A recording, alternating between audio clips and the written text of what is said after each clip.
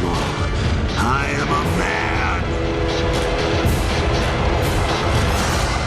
Well, you know, Wolverine has those magical healing powers. He's basically invincible if you think about it. In fact, there's only one thing that seems to affect the guy.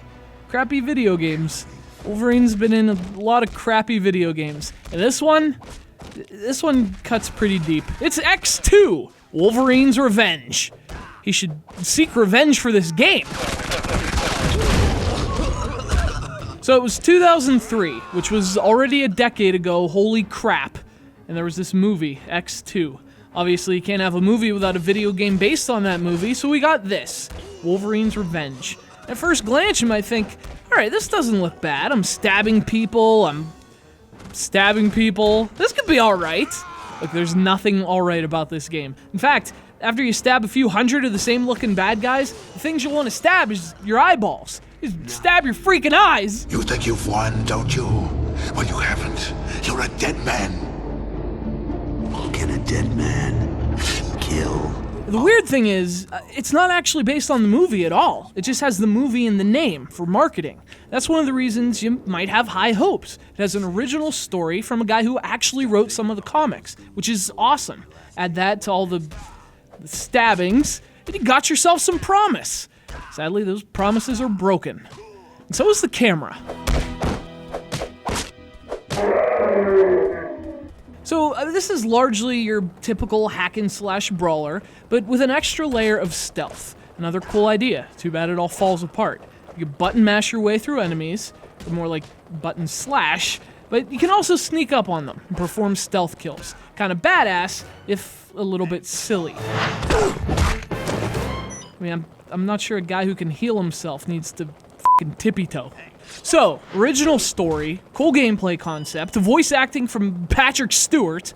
Where's this thing go so horribly wrong? Well, it's all in the execution. This is a poorly made game in pretty much every aspect. But there's always the subjective element of a game, right? And I guess if you like X-Men and you like stealth games, you might find this fun, maybe, but you'll also find god-awful controls. Wolverine has two speeds, stopped and running. This makes moving feel incredibly clunky. That's not exactly ideal for a stealth game. And by the way, Wolverine dies so easily, it's ridiculous. The guy's a walking goddamn blender, only with better facial hair. He should be dicing these fools into a fresh veggie salsa. Instead, he gets spotted once and his life's like half gone. Well, what about his healing powers? Oh, they're here. Yeah, they take a fucking hour to work. Spend half this game standing around just waiting for your health to regenerate, which you have to do because the enemies take so much out of you. So combine that with the repetitive action and the inherently slow nature of stealth, and you have a game that really drags. Seriously, playing this game for 15 minutes feels like an hour, and a really good game does exactly the opposite of that. Logan, you're going back to the Weapon X facility. That's where all the answers are and the most likely place to find an antiviral serum. Really, the only good news comes in the audio department. You get voice acting from Patrick Stewart, which is great, and Wolverine is actually done by Mark Hamill, Luke Skywalker himself, so that's cool. But in the end, it's kind of a waste of money. I would rather they spent that cash on, oh, I don't know, how about a camera that doesn't make me nauseous? How about an art style that goes beyond emulating throw up? Or how about, you know what, forget it.